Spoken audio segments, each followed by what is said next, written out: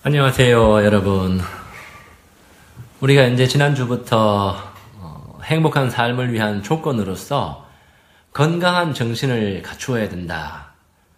그리고 이제 그 건강한 정신의 조건으로서 네 가지를 이렇게 말하였고, 지난 시간에는 그 사람이 창조적인 삶을 살고 있는가, 창조성에 대해서 정신건강의 첫 번째 조건으로 말씀을 드렸습니다. 간단하게 다시 되짚어보면,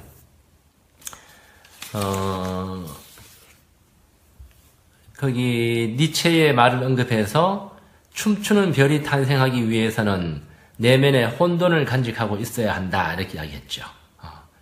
우리 마음속에 어두움, 부정적인 감정, 나를 사로잡는 감정, 어떤 쓸데없는 생각들, 상념들, 그런 것들이 사실은 굉장한 삶의 에너지로 바뀔 수 있는 소중한 어두운 원천이라 그랬죠.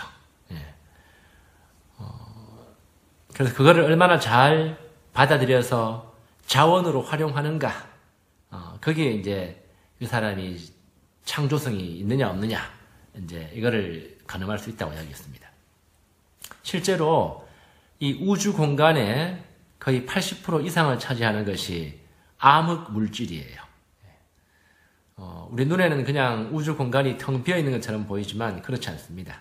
85%가 과학자들이 아직도 그 물질의 정체를 정확히 파악하지는 못했는데, 그래도 관측해 보니까 85%가 눈에 보이지 않는 검은 암흑의 물질로 채워져 있는 거예요. 빈 공간이 아니고. 별은 거기에서 탄생한다고 그래요. 인간의 마음도 마찬가지입니다. 우리가 즐겁고 기쁘고 늘 행복한 마음, 거기에서는 그렇게 창의적인 것이, 창조적인 것이 올라오지 않아요. 즐겁고 기쁘면 그냥 삶을 즐기기 바쁘죠.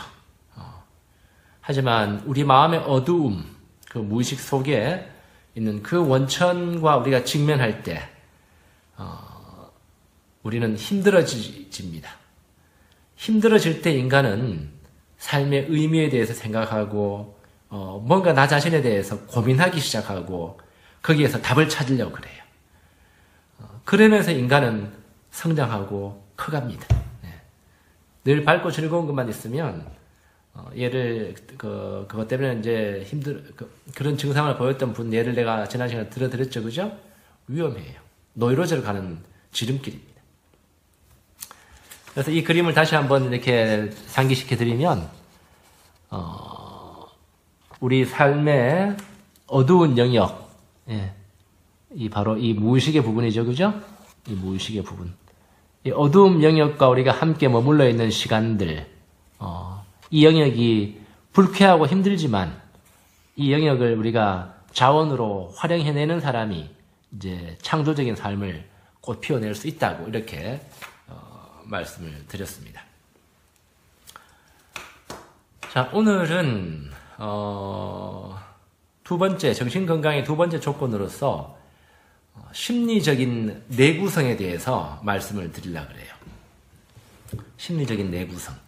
내구성이라는 말은 어디에 주로 쓰는가 하면, 이렇게 가구가 내구성이 좋다 그러면 튼튼하다는 뜻이죠. 단단하고 튼튼하게 잘 짜여져 있다, 이런 뜻을 말해요.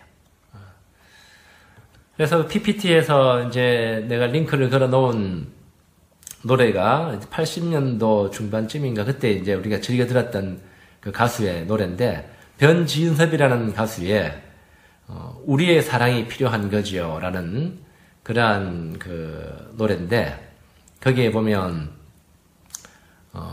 우리가 저마다 갖고 있는 인생의 무게로, 삶의 무게로 넘어질 때 우리의 사랑이 필요한 거죠, 그런 가사가 나와요.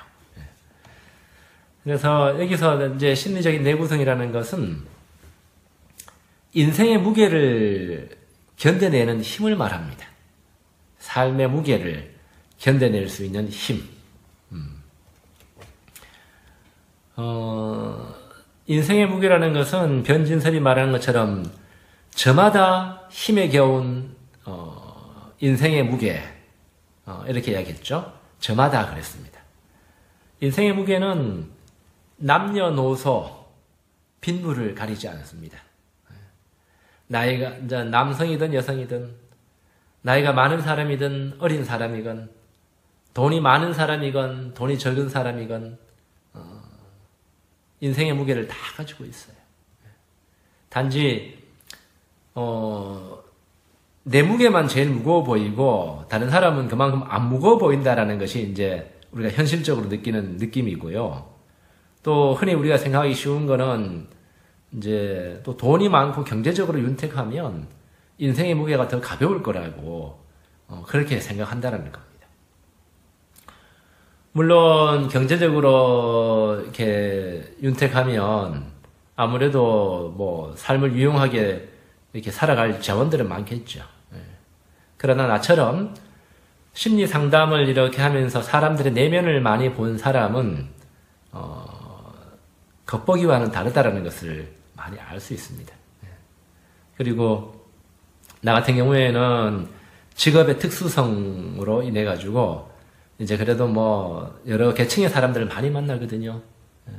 가난한 사람들부터 해서 일반 서민들도 있지만 또 여러분들이 상상도 할 수 없는 그러한 아주 이렇게 뭐 경제적으로 대단한 부를 누리고 사는 사람이라든지 또 그런 뭐 높은 자리에 있는 사람이라든지 그런 분들도 가끔 이제 심리치료의 대상으로 오는 경우가 있단 말이에요. 그리고 상담을 들어보면 돈이 많은 사람은 그 나름대로 또 정신적으로 굉장히 삶의 무게에 찌들려 사는 사람들을 많이 봅니다. 그래서 그 경제적인 윤택함이 삶의 무게를 가볍게 할 것 같다라는 것은 환상이 불가해요. 이제 이 나이가 되니까 이제 조금 그런 것이 보이고 깨닫기 시작하는 거예요. 나도 젊었을 때는 여러분들처럼 그냥 뭐 돈 많고 뭐 그렇게 있으면 윤택하게 살면 뭐 삶의 무게가 그렇게 없을 거라고 이렇게 생각을 했었죠. 왜 그런가? 왜 인생의 무게가 그렇게 다 이렇게 느껴지는가 하면 인생의 무게는요. 우리가 생각하기에는 겉보기에는 외부에 내가 떠안고 해결해야 될 어떤 삶의 과제들 혹은 나와 더불어 살아가는 나를 힘들게 하는 사람들의 인간관계에서 이렇게 부과되는 것 같이 보이지만 다시 말해서 외부에서 오는 그러한 것들 때문에 내가 인생의 무게로 이렇게 허덕이는 것처럼 보이지만 사실은 나 자신의 내면 세계 다시 말하면 좀 전에 지도 보여드린 것처럼 영혼의 지도, 빙산 지도 보여드린 것처럼 내 마음 속에 있는 무의식과의 관계에서 오는 갈등과 긴장감 때문에 생기는 거예요. 사실은. 물론 밖의 것들도 나를 힘들게 하는 것이 있지만 내면에서 올라오는 그러한 갈등과 긴장감에 비하면 세 발의 피입니다. 별거 아니에요. 사실은. 그래서 내 마음이 어떤 그런 부분들이 내면의 것들이 정의가 되고 편안해지면 밖에서 다가오는 부과되는 삶의 과제들이라든지 인간관계는요. 쉽게 별 어려움 없이 그냥 척척척 해나갈 수가 있어요. 우리는 반대로 생각하죠.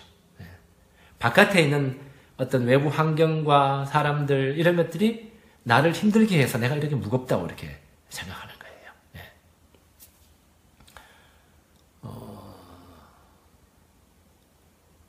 주역에 보면요. 주역에 보면 중국의 철학서죠. 유명한 철학서인데 이런 말이 있습니다. 대인이 오기 전에 그림자를 먼저 들이운다. 라는 이제 격언이 있어요. 대인이 오기 전에 그림자를 먼저 들이운다. 여기서 말하는 대인이라는 것은 신을 의미하는 단어입니다. 큰 인물이라는 뜻이죠. 대인. 아주 큰 대인이 오기 전에는 그림자, 어두움을 먼저 내 인생에 들이운다는 뜻이에요. 내가 별로 이렇게 들어가고 싶지 않은 어떤 어두움, 삶의 어두움, 무거움, 그거를 먼저 들이운다는 말이에요.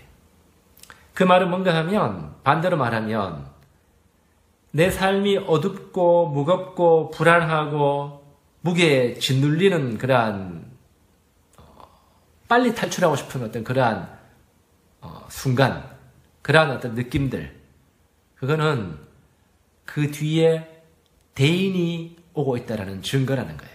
예. 알아듣겠죠? 예. 내 삶의 어떤 그런 순간에 올 때는 뒤에 대인이 오고 있다라는 걸 보여주는 거예요. 그래서 빙산 그림을 다시 보면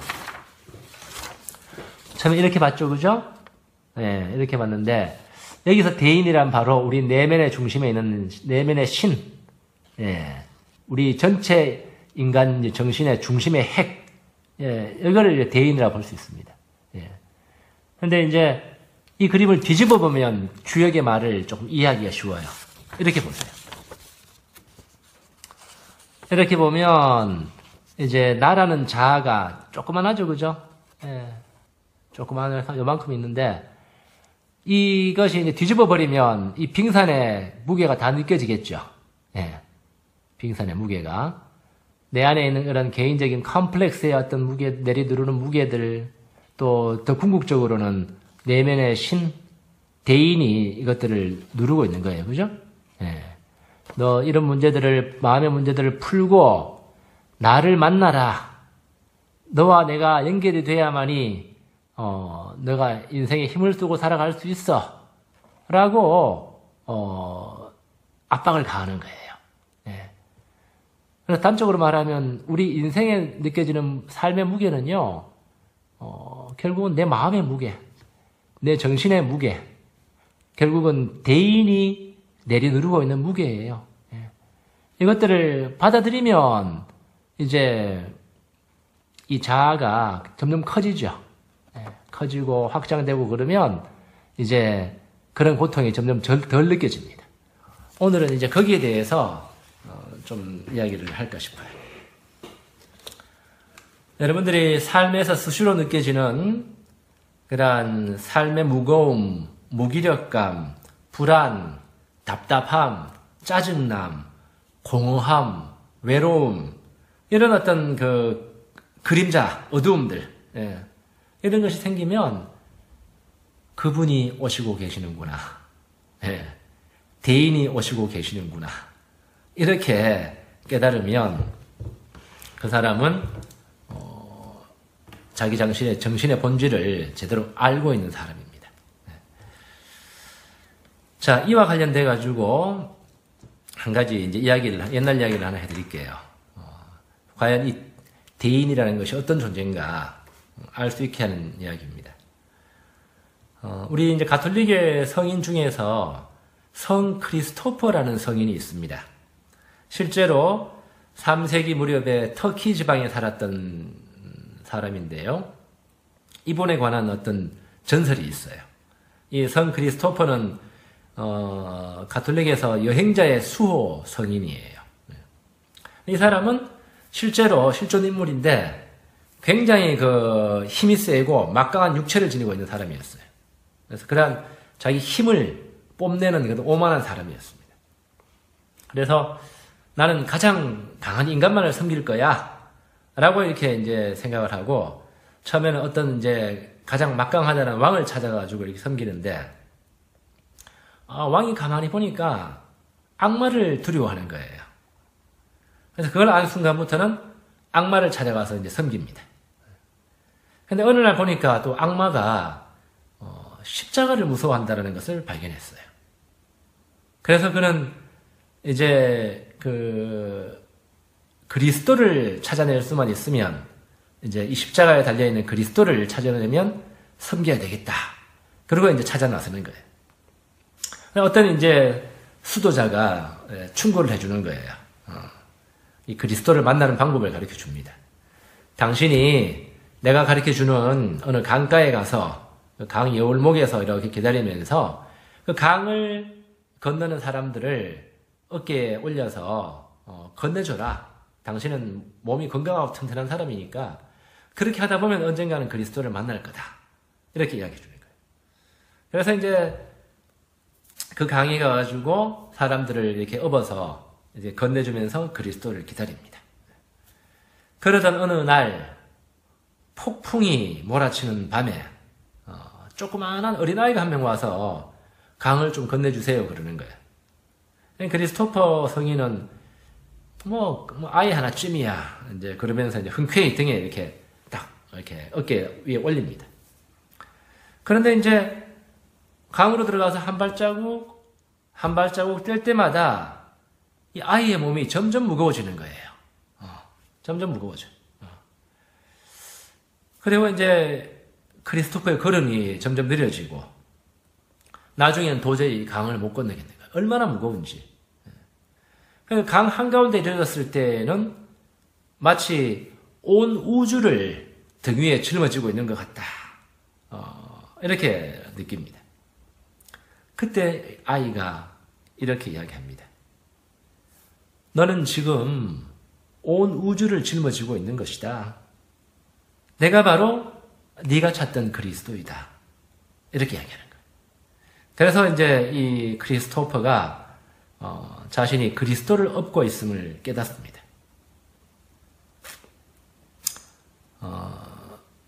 그로 인해서 이제 이 크리스토퍼는 회개를 하고 영원한 생명을 얻는다. 이런 이야기인데, 크리스토퍼라는 이름 자체가 그리스도를 어깨에 메고 간다라는 뜻이에요. 예. 굉장히 의미심장한 이야기입니다. 예. 이제 대인이 오기 전에 그림자를 먼저 들이운다라는 데 대한 조금 의미 설명이 되는 이야기죠. 그죠? 예. 우리가 느끼는 삶의 무게. 예. 결국 신이 누르는 무게라는 거. 자, 그래서 크리스토퍼 성인은 삶의 무게를 지고 이 세상을 살아가는 우리 인간을 상징하고 있습니다. 말씀드린 것처럼 삶의 무게는 남녀노소, 빈부를 가리지 않는다고 그랬어요. 자, 어른들이 보기에는 나이가 든 입장에서 보면 어떤 삶에 대한 어떤 의무나 책임감이 없는 상대적으로 이제 어른들보다는 그런 의무감이 적은 아이들의 삶의 무게가 더 가벼워 보일지도 모릅니다. 하지만 어릴 때에 우리가 여러분들 가만히 생각해 보면요, 나름대로 아이들도 각자가 안고 있는 삶의 무게가 있다는 것을 기억할 수가 있습니다. 예. 무거웠어요, 그때도. 또 노인들도 마찬가지예요. 젊은 사람들이 보기에는 이제 인생을 살 만큼 살았고 겪을 만큼 겪었으니까 이제는 이제 자식을 키우는 거라든지 가정을 일구고 돌보는 그런 부담에서 자유로워졌을 거니까 좀 가벼울 거다. 삶의 지혜도 쌓였을 거고 그렇게 보지만 노인들도 노화로 오는 또 병으로 오는 삶의 외로움으로 오는 삶의 무게를 똑같이 지고 있어요. 또 한 가지는 이제 사람들이 삶의 무게라 그러면 경제적인 어려움으로 흔히 생각하죠. 경제적인 삶의 조건이 풍족하게 채워지지 않아서 그렇다고. 이게 제일 많이 생각하는 방식이죠. 그래서 경제적으로 풍요로워지면 삶의 무게가 가벼워질 거라고 생각하는 사람들이 가장 많이 생각하는 환상입니다. 물론 경제적인 요인이 무시할 수 없는 큰 부분입니다. 우리 삶에서.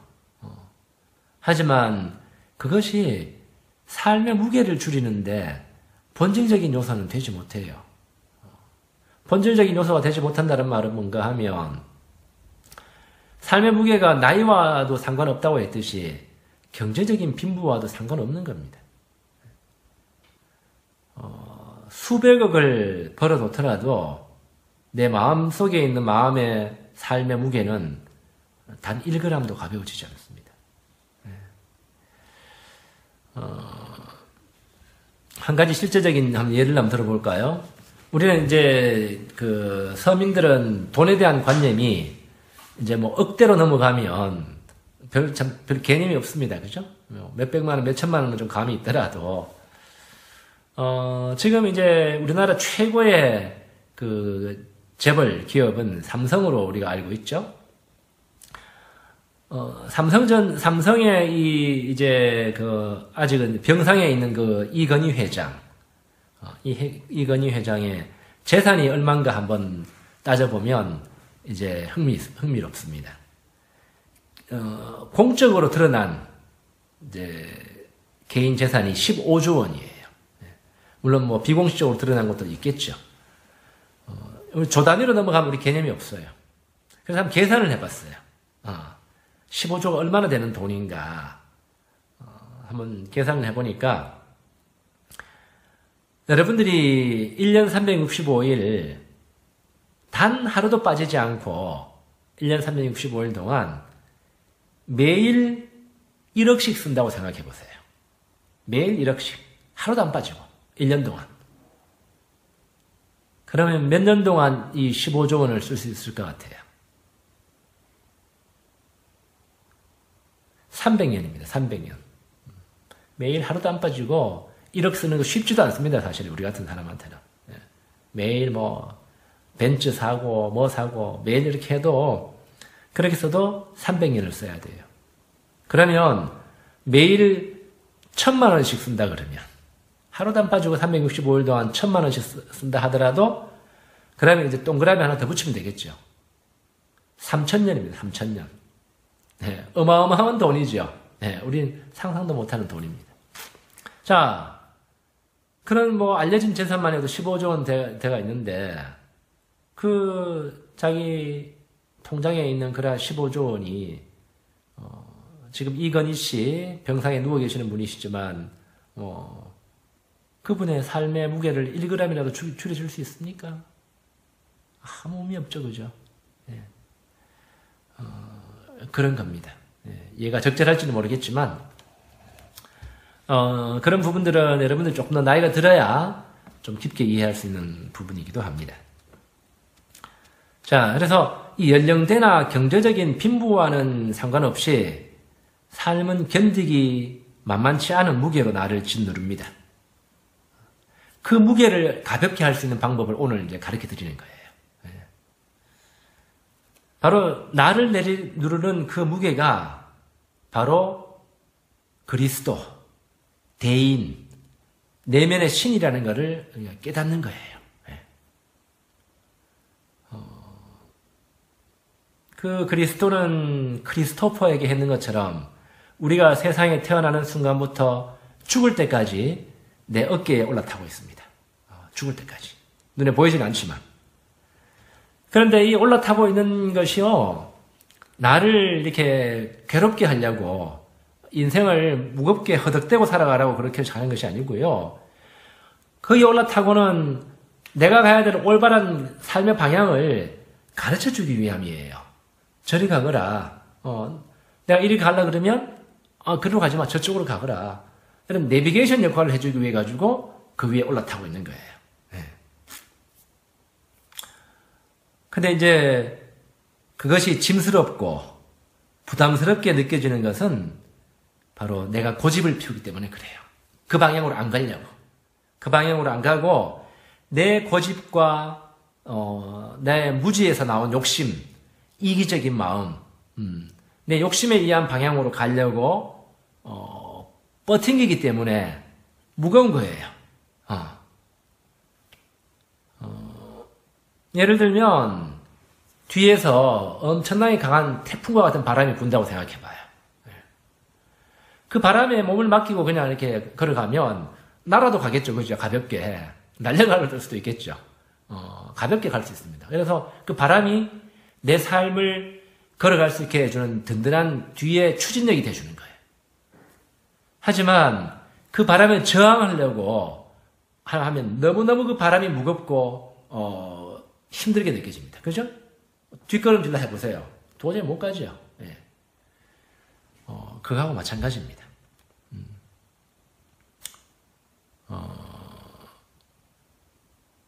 내면의 신이 가르쳐주는 대로 또 어깨 타고 있는 그리스도가 가르쳐주는 방향대로 가지 않으려고 하는 사람일수록 삶은 점점 더 무거워집니다. 그런 사람은 삶의 무게에 치여가지고 매일 무겁고 힘들게 살아가요. 또 삶은 납덩이처럼 무겁고 왜 그렇게 무거운지 의미를 찾지 못한 채 하루하루 살아갑니다. 인생에 기쁨도 없어요. 삶 자체가 하나의 무거운 짐덩어리에 불과하게 됩니다. 지금 여러분들의 삶이 그렇게 많이 무겁게 느껴지고 있다 그러면 여러분들이 진짜 내면의 신이 가르쳐주는 방향대로 안 살아가고 버팅기고 있다는 것을 알아봐야 됩니다. 다음 시간에 계속하도록 하겠습니다.